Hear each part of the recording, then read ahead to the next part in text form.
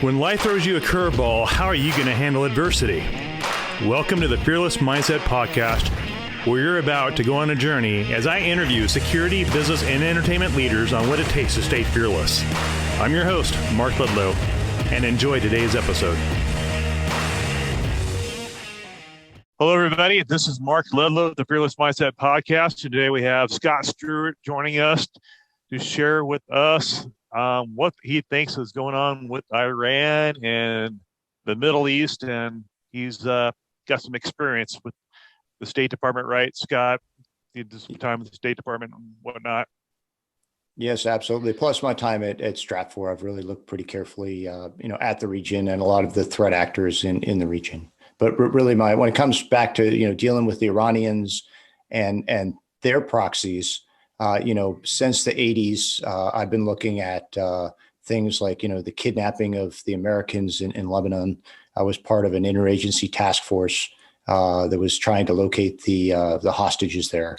But then I also helped lead a team that helped the government of Argentina investigate the bombing of the Israeli embassy in Buenos Aires. So I've been kind of watching Iranian skullduggery around the globe for a few decades now. So we consider you definitely an expert in all this craziness out there. Yeah, I was watching the news. I don't know where it was. I'm like, scientist was assassinated, and all of a sudden by remote robot machinery, robotic car, or whatever. And I'm like, that's got the fingerprint of a special forces group from some country. Who knows what from? So, any intel you got over there? Well, I'll tell you what, on the attack itself, I'm still really skeptical about a lot of the reports that are coming out, because there's just been so much conflicting information. We heard there was a 12-man attack team with 50 people supporting it. Then we hear, it was a V-bid. Then we're hearing, well, it was this robot gun in the back. And there's just so much garbled information right now. I think it's really hard, unfortunately, to tell what really went down. And, the Iranians are trying to spin it too right now. There's a little bit of kind of inter-service rivalry there between the Ministry of Intelligence and Security, the MOIS, and the IRGC, the Islamic Revolutionary Guard Corps. And the MOIS is trying to spin this, and because of that rivalry, MOIS is basically trying to damage IRGC by saying, hey, dudes, we warned you about this assassination coming. We even told you where it was going to happen, and you still were not able to protect this guy. So you guys are responsible. That may be part of the hype too, is MOIS trying to throw IRGC under the bus, and IRGC maybe is making up things. This was a Star Wars assassination, so nobody could have stopped it. So there's just a lot of misinformation and disinformation at this point.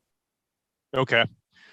So it's probably part of the game of media right now. Nobody knows what's going on really, but we know, Israel has been very busy protecting their interest, in Israel. And we haven't had too much activity with Hezbollah and Hamas as of late that I know. I've not seen anything on crossing the news wires. Well, they've been pretty busy when it comes to PIJ and Hamas out of Gaza, conducting, rocket attacks, explosive balloon attacks, arson kites, those sorts of things. And we've seen a whole lot of activity in Syria with the Israelis targeting, a lot of not just IRGC personnel and bases, but also other proxies such as Hezbollah in Syria. So there really has been a lot of stuff that's going on there, under the radar. And speaking of Syria and just the disinformation that we've seen in this case on this assassination, it reminds me a little bit of what happened kind of initially in the wake of the Imad Mugniya assassination.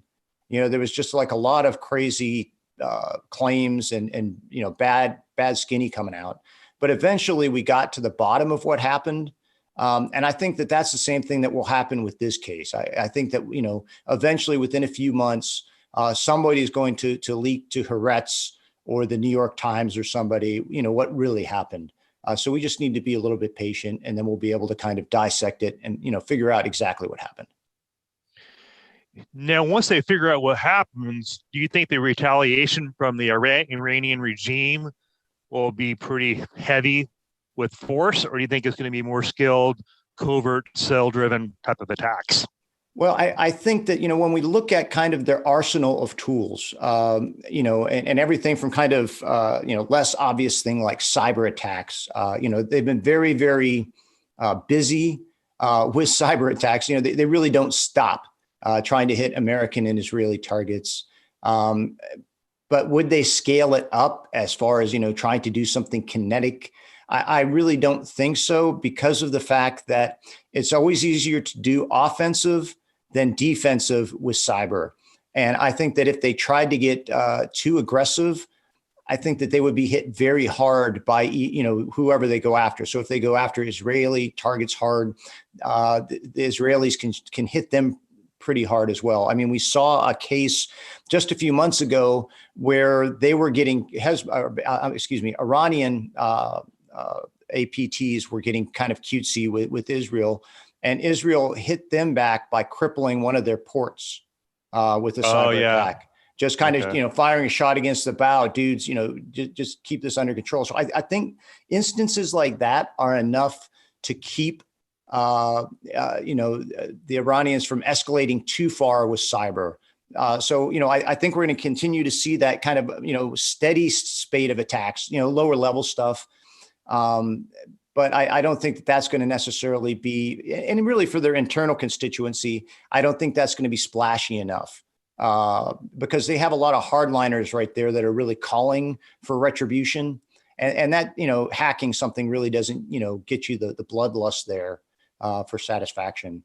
As far as conventional military forces, we've seen the Iranians conduct attacks with cruise missiles and suicide drones against Saudi oil targets in the region. Certainly, we've seen them up to a bunch of shenanigans targeting tankers, harassing U.S. warships, through the Straits of Hormuz. But there again, I think that the downside of those operations is pretty big for them. The chance of escalation is pretty high. So I don't think they're going to do anything that is really going to trip any red lines and pull in a heavy, U.S. type retaliatory attack. The same thing with firing missiles from Iran to Israel, for example. I don't think they would do that because of, the potential for Israel to just, basically nuke them if they thought it was a nuclear attack from Iran. The chance of escalation is just too high there. So I don't think they'll do anything massively aggressive with their conventional forces. Of course, they also have proxy forces in the region, as you were alluding to earlier, groups like Hamas, Palestinian Islamic Jihad, the Houthis in Yemen, the PMUs in Iraq, Hezbollah in Lebanon. So they really do have an array of proxy forces they can potentially use or partner with to help them conduct some of the attacks. We had seen that in the past of the Iranians working with Hezbollah to, conduct attacks against Israel. I think the Burgos airport suicide bombing in Bulgaria a few years ago was a good example of that. We've also seen, Iranian diplomats working with Hezbollah to conduct attacks in places like Argentina, places like even, Bangkok, New Delhi, Georgia, elsewhere. So there's always a potential of that. At the same time, I don't think Hezbollah, for example, wants to risk a full-blown war with Israel at this point. Because, Lebanon's already kind of a basket case with everything that's happening between COVID, the economic crisis there, the war in Syria, which, Hezbollah has suffered some pretty significant casualties there, in the battles in Syria as well. And so I really don't think at this time they want to risk provoking an all-out, 2006 type shooting war with the Israelis.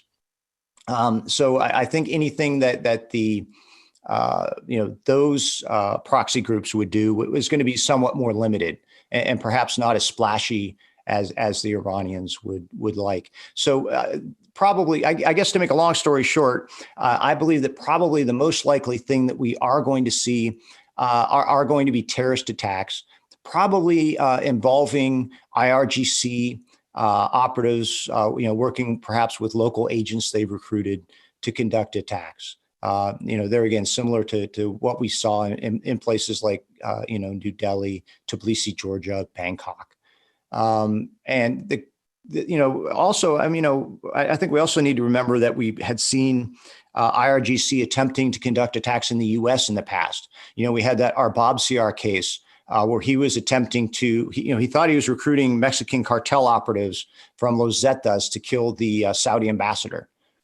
That's always a concern as well. I guess the good part about that is that when it comes to terrorist tradecraft, the IRGC is somewhat limited. They're pretty good when it comes to irregular warfare training. So, training the Houthis, training Hezbollah to fight guerrilla warfare, they've been, fairly proficient at. But where they have struggled is really trying to export that terrorist tradecraft to conduct attacks abroad. Right. Now, the Houthis are in Yemen, right? Is that correct? Yes. Okay. That's where did they do training in Yemen? Is that kind of where they're embedded there? Is that kind of where they train their soldiers? Well, actually, they've done all the above.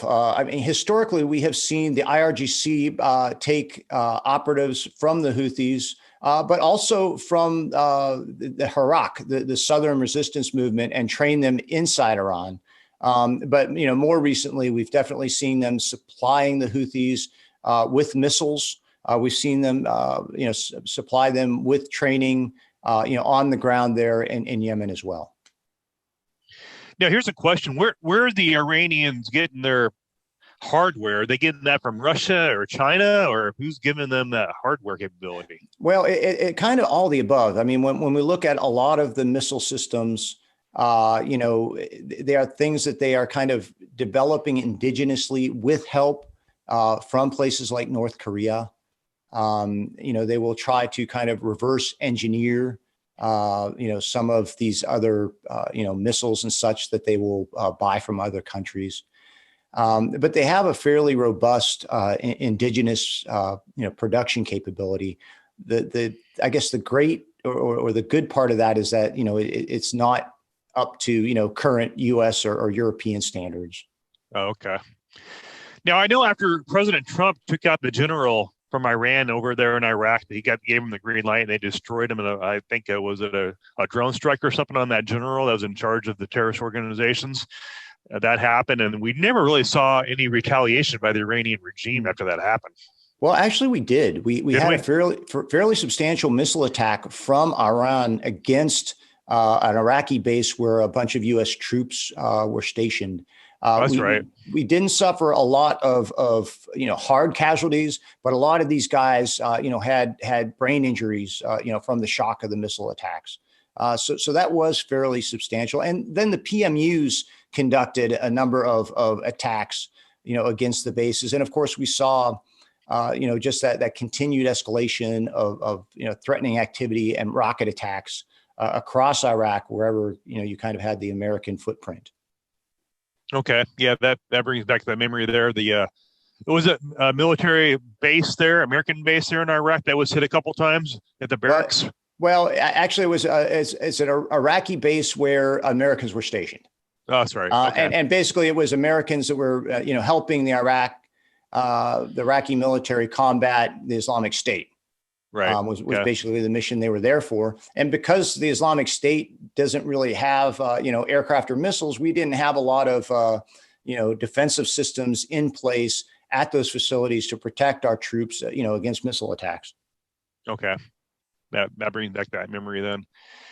Now, the interesting thing I think people forget is Iran has got a big presence in the government of Iraq. People forget that. There's a big fingerprint on that.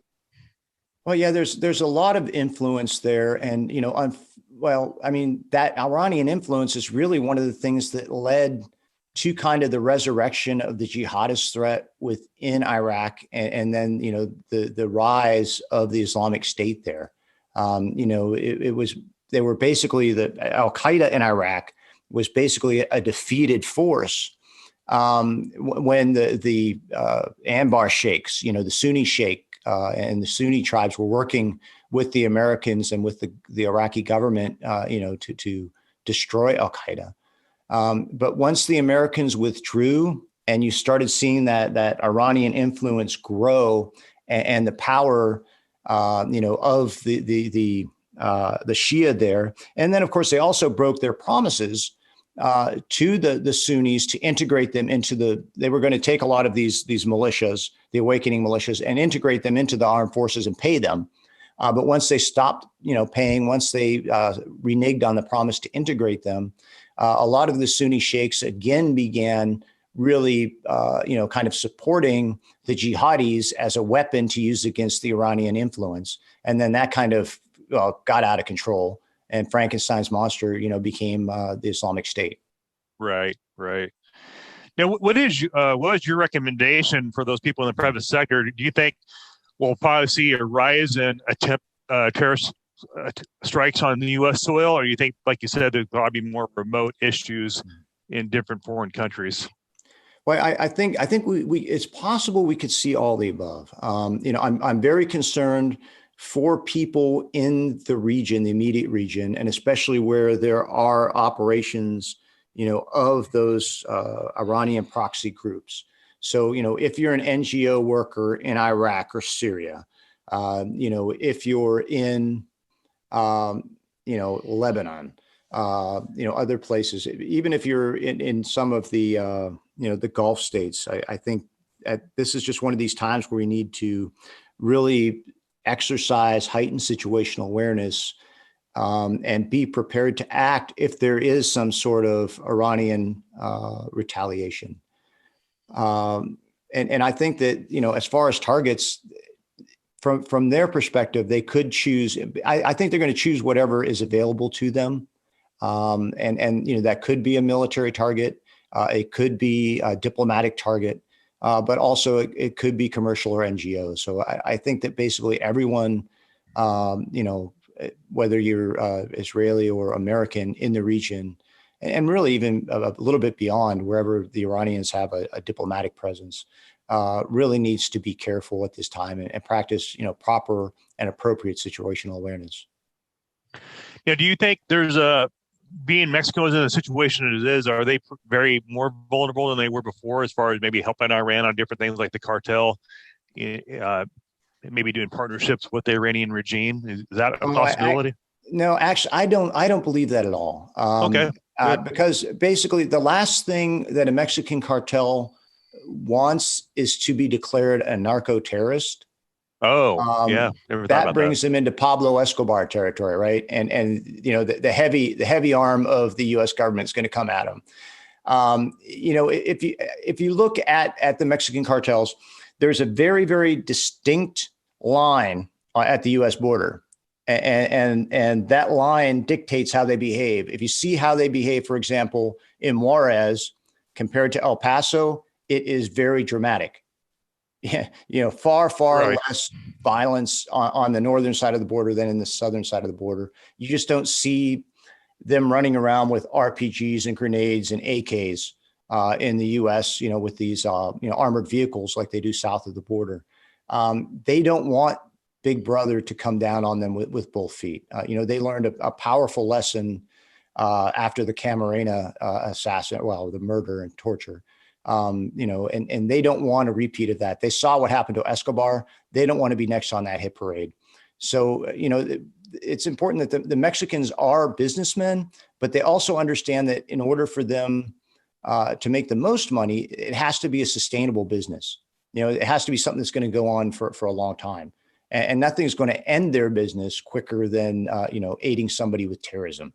They're making much more money making and smuggling meth and fentanyl and heroin than they ever could by, helping the Iranians on an assassination. But the assassination would be a one hit, one wonder. They get paid, $1 million for doing an assassination attempt on, whoever the target is, and then the money's over. Like you say, the cartel's recurring revenue stream, like a business. I didn't think about that at all in that business sense, but that makes sense, totally sense why they wouldn't want to get involved. Yeah, and they really are, for everything they are as far as bad, they really are very good businessmen. They're very good at logistics. and they're not stupid. No, And so, the last thing they want to do is bring that 800-pound gorilla down on their heads. And that's what will happen if they engage in terrorism. it's not like they already know that because they haven't. I'm sure they've been offered the olive branch by different cells, and they said no, thanks, probably. Well, I wouldn't be sure if that's not what happened in our Bob CR case, because he went down to Nuevo Laredo looking for, Los Zetas, ended up bumping into a DEA informant. But I wouldn't be surprised if the real narcos didn't dime him out just because they didn't want to deal with it. That makes sense. Crazy. The very crazy, intricate world down there. Oh, it is a chaotic world. And unfortunately, boy, Mexico, and even despite everything that's going on, I mean, their economy's been going, pretty well. Oh, really? Wow. If they could ever get rid of all the corruption and the cargo theft and, the diversion and the extortion, the kidnapping, their economy would go crazy. It could just be fantastic for the people and for the companies. But the cartels are just this lodestone dragging them down, Right. which is really unfortunate. What is their biggest GDP for Mexico? Is it what is it? Oil, energy? Well, that's huge. Tourism is huge. The maquiladora sector. If you just look at the amount of goods, whether it's the automotive sector, electronics sector, clothing sector that's made. Medical. That's made in Mexico and shipped, up through the NAFTA superhighways. It's pretty fantastic. So they're really in a great position right now, economically, if they could just ever, get rid of the drug thing and the cartel thing. Wow. It's amazing how much control the cartel does have on the government and their economy. It's just wild to me. Oh yeah. And, there's just so much corruption and impunity down there. It's just sad. Right. Now here, I want to switch it up a little bit and go into, you're in the private sector now, security, VP of Corkstone. What are you guys seeing in 2021 as far as growth in the private sector security? I talked to other industry leaders that said that 2021, they're expecting that like the EP side of the house, bodyguard world, to be very slow because of COVID-19. What are you hearing and seeing out there from your side? Well, I think that's probably right in the short term. But when people start traveling again, it's going to be heavy.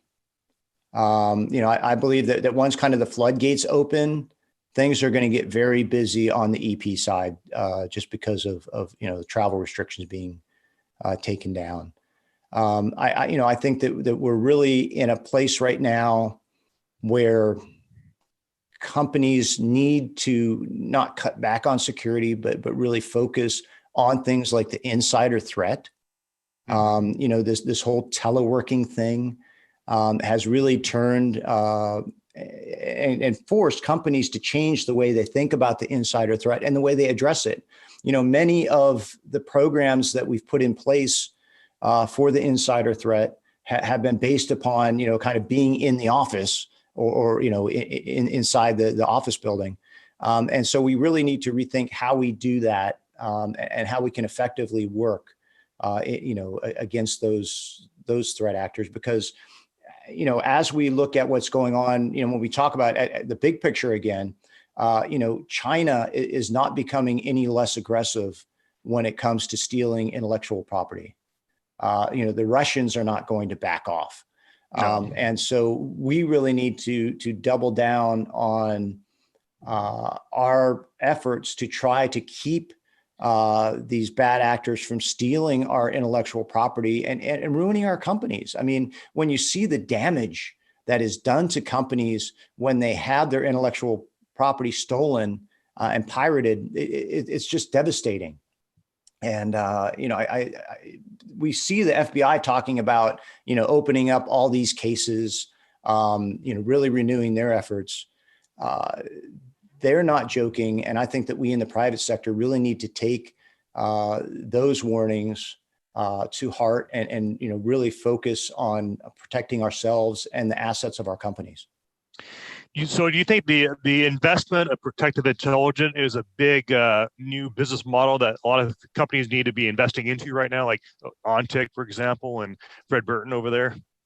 Oh, absolutely. I'll tell you what, the Ontic product is really it is great. I think back to when I was, doing protective intelligence at Dell, and I was just using some sort of janky SQL database, uh, trying to keep track of suspicious vehicles, POIs, et cetera, Right. threat letters, whatever, and having something that is as integrated as Ontic, and to be able to push a button and pop out a bolo.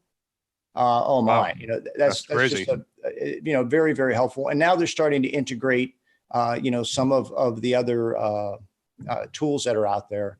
But yeah, I definitely, I believe in a very proactive form of protective operations, and really heavy on protective intelligence.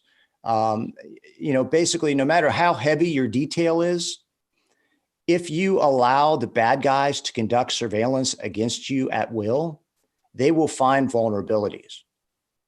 And so you really need to be proactively looking for threat actors as they're progressing through their attack cycle. You need to be watching on the insider threat stuff. We need to be looking as people are progressing along the pathway to violence. Being proactive. And so I think that companies across the board are starting to understand that an investment in proactive programs, whether it's surveillance detection, whether it's a protective intelligence analysis shop, whether it's a program like Ontic, all those things are very helpful, and in the long run will pay off by allowing you to avoid things instead of respond to things. So detection is paramount, especially with the social media and the bad actors watching, the CFOs' kids or the, shareholders' families post things as they do their trips around the world and all that. Like, oh, there they are right there off the coast of Greece on their Yeah. yacht. We have some people over there that can do hostage or whatever. And if you don't have social media, if you don't have like an on-take program or some sort of tracking device, it will never that won't pop up on your radar. So I can see Yeah. why that's so important. Yeah, we do a lot of work at Torchstone with these. We do these public profile assessments Okay. on protectees, where we'll go through and look at the principal, we'll look at the spouse, we'll look at the children, other family members, and what they're doing online, and then we look at vulnerabilities and then ways to close those down. Hey, Junior needs to lock his Instagram account. Uh, but you're right. It's pretty amazing the things that you see posted out there, and people just really aren't aware. No, they're Um, not.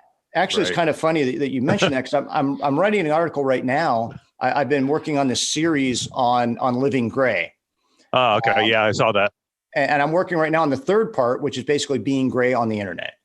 Right. And that's exactly what don't be Pop Smoke and hold up that stack of $100 bills that's a foot high, and then be surprised when you get a home invasion robbery. Right. Kim Kardashian with the huge rock on her hand that was worth like $4.5 million, and she gets robbed. Why'd that happen? She gave herself away on Instagram, probably, and everybody saw it Exactly. with the live real time. Now, here's the $1 million question. I mean, I'm getting calls from people all over the country saying, "Mark, when's this going to pick up?" You're talking to everybody on your podcast. Like, I don't even know if they know. It's like you said, therapies, COVID-19. When we get therapies and antibodies and vaccines, that's probably sounds like maybe midsummer, maybe this fall. Boy, I wish I could give a real accurate assessment, because I've been wrong so far. I really thought that, quite honestly, that by about July, things were going to trend down. I thought we were going to see a seasonality with COVID, Yeah. to be honest, and we just, kind of like what we have with the regular flu, and that proved to be totally false. It hasn't been seasonal. It's been pretty constant. Right. But I certainly think that once we get, not only, the vaccine out there, but we also see the treatments are getting better. Sure. And I think that once the numbers get back down, once the vaccines get around, I think we're going to see things picking up again, and life That's getting, more back to normal. I don't know if it'll ever be normal, like, what we had a year ago this time. I think that, the world is going to change in some ways. but I think we'll be more normal. Well, that's reassuring to hear. I mean, I was talking to a buddy of mine in the industry, he's a colleague, works for a different organization, and he's telling me that they're predicting a stock market crash to hit probably spring, summer 2021 because of all the unemployment and the foreclosures, everybody being laid off. And I'm like, yeah, that's a possibility. I don't even know Warren Buffett knows that answer. If he did, he's not telling, but we got to see where he's investing and follow him. Yeah, exactly. They make announcements on CNBC what every movie he makes. But yeah, I just want to get a gauge from you what's going on in the Middle East. I'm thinking maybe there might be some more work in contracting world. We may have to deploy some different companies out there to create some stabilization if it does get a little wacky, and people are kind of down and out, especially the operators here at stateside, because I'm hearing there's no work over there in the Middle East. There's just nothing going on. So everybody's sitting in the United States waiting for something to pop off. Well, it's also not helping right now with the slump that we've seen in the energy sector. And so with energy prices being down right now, and some of that is tied to COVID, with just the demand for oil's down. The companies, the oil companies, for example, are just less willing to take risk. Why take risk when oil's at what it is now? Right. It's just not worth our money to send our people into harm's way. Right. So I think that as the economy picks up, those opportunities will pick up too. Overseas oil, energy, infrastructure. Mm-hmm. Now, do you know if we still have troops over there? Because Trump said that we have some people over by Syria, between Syria and Kurdistan. The military has got a setup protecting oil wells from getting invaded or something by ISIS. We're trying to keep the Islamic State out of Syria. So we do still have folks in the region. We still do have some folks in Iraq, although the president's been talking about drawing them down. But we definitely have a small footprint out there right now. Oh, do we? Okay, I wasn't sure on that. I haven't been able to follow much. Well, that's some good intel, Scott. And I know you're a busy guy and you're running an operation, a multi-country business over there with your security firm. And it sounds like you guys are busy with a lot of proposals and a lot of stuff happening. Yeah, Mark, we're keeping busy, and we're looking forward to not only getting through the end of 2020 here, but really charging hard into 2021. Yeah, I think everybody is in the EP industry. They get, when is this going to start up again so we can get work and make money again? Because unemployment doesn't go very far. Wild times.